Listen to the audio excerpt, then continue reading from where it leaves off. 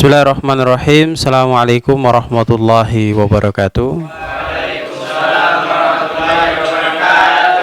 Alhamdulillah, wassalatu wassalamu ala asrafil anbiya wal mursalin, nabiyina wa maulana Muhammad sallallahu alaihi wasallam wa ala alihi wa sahbihi ajmain, amma ba'd.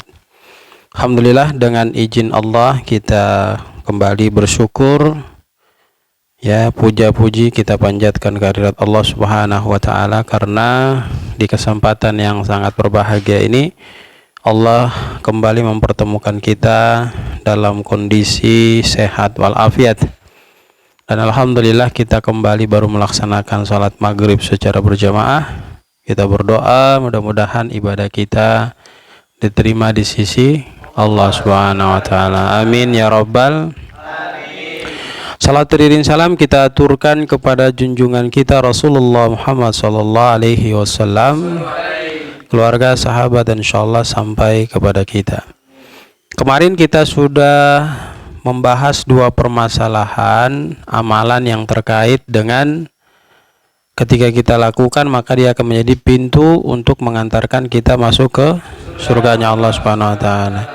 Yang pertama, mempertahankan ketauhidan kita, ya, bersaksi bahwa tidak ada Tuhan yang berhak disembah kecuali Allah, kemudian bersaksi bahwa Rasul Muhammad sallallahu alaihi wasallam adalah utusan Allah, lalu bersaksi bahwa apa yang diucapkan Bunda Siti Maryam adalah benar adanya, kemudian meyakini bahwa surga itu benar, neraka itu benar, maka insya Allah apa yang kita lakukan akan menjadi asbab untuk memasukkan kita ke surganya Allah Subhanahu wa taala. Tentu yang dilakukan di sini adalah hal yang sifatnya baik.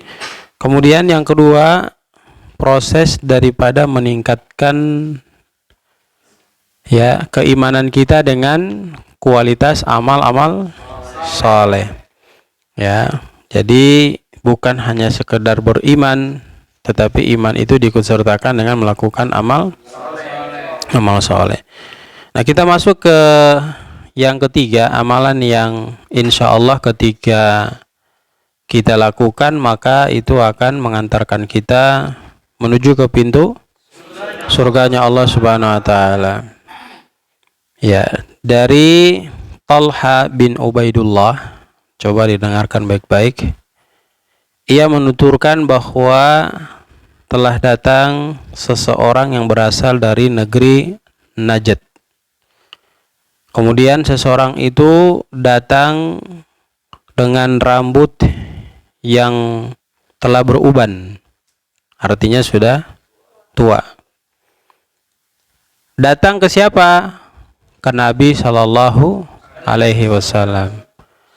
Lantas laki-laki yang berambut uban itu tatkala bertemu dengan Nabi, dia tidak sekedar bertemu begitu saja, tetapi dia merasa ini adalah merupakan kesempatan emas, ya, sehingga dalam pertemuan itu dia bertanya kepada Nabi sallallahu alaihi wasallam, ya, dia tanyakan kepada Nabi bahwa kalau seseorang itu dikatakan Islamnya sempurna, kira-kira apa yang harus dilakukan orang itu ya Rasulullah?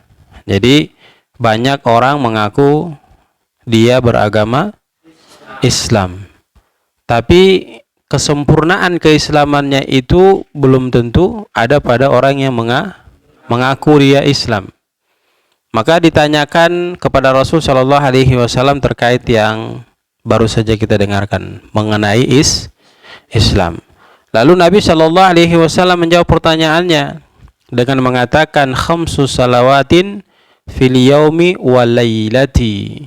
Ya, kalau engkau mau disempurnakan keislamanmu, mau disebut Islam yang benar di sisi Allah Subhanahu wa taala, maka hal yang kau lakukan setelah balik itu adalah menjaga sholat lima waktu.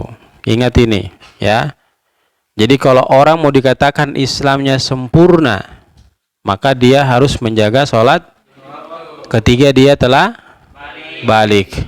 Ya, kembali ke pokok permasalahan kita terkait dengan Islam seseorang dikatakan sempurna di hadapan Allah apabila dia telah balik, maka dia harus melaksanakan salat 5 waktu.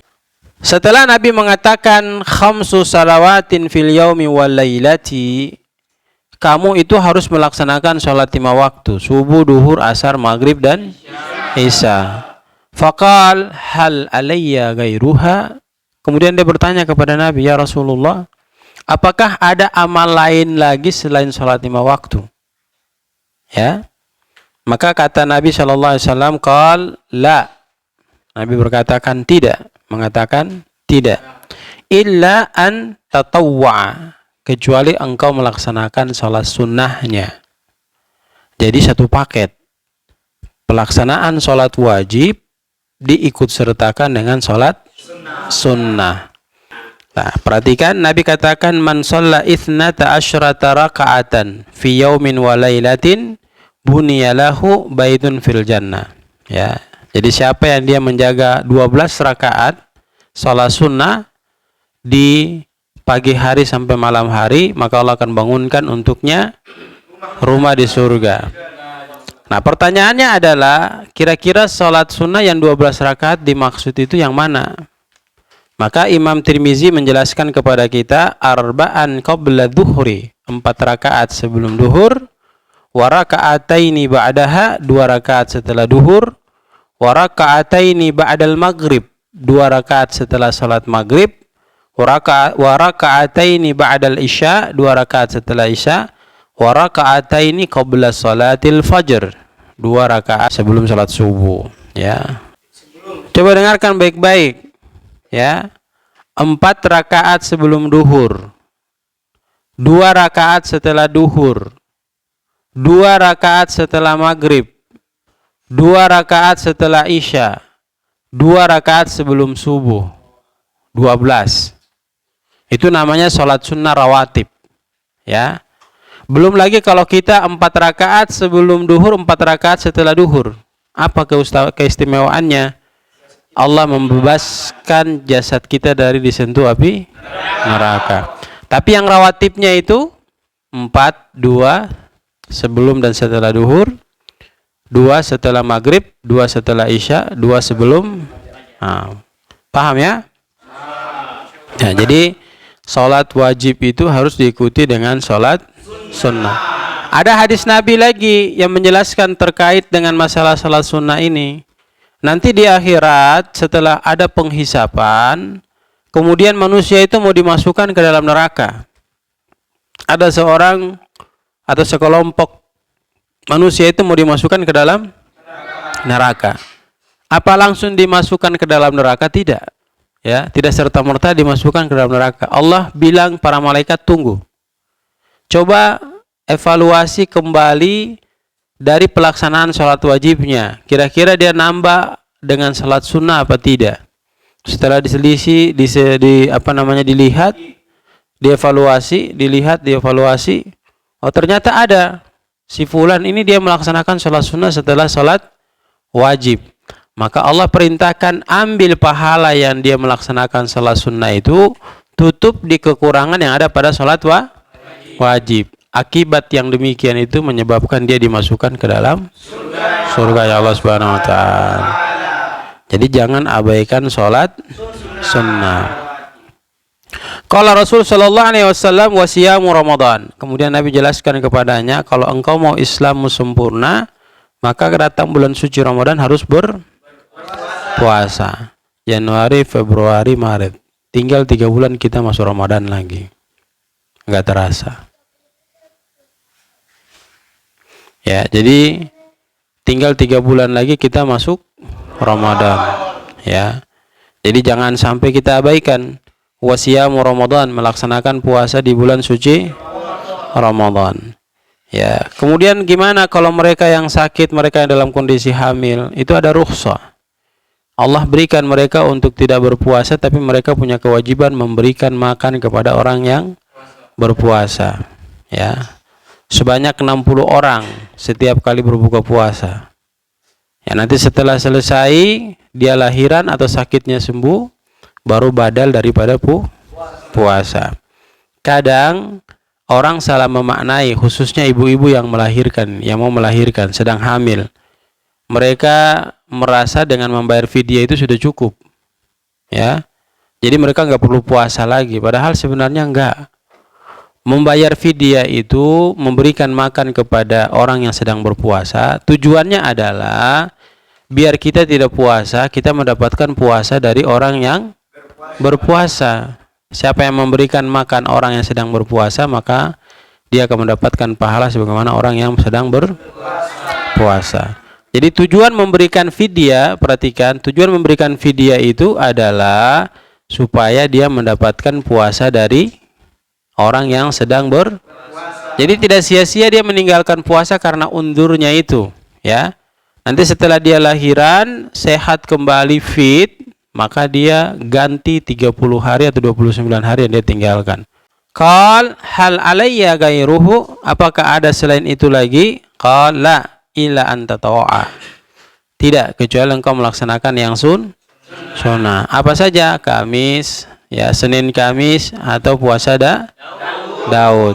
Ya, jadi setelah kita melaksanakan puasa di bulan suci Ramadan, untuk melatih agar kita tetap merasa bagaimana nikmatnya puasa di bulan suci Ramadan dan kita rasakan di bulan yang lain, maka kita harus berpuasa Senin atau puasa Daud. Ya, qal wa dzakara lahu Rasul sallallahu alaihi wasallam ya az-zakah. Kemudian Nabi sampaikan kepadanya yang ketiga itu zakat.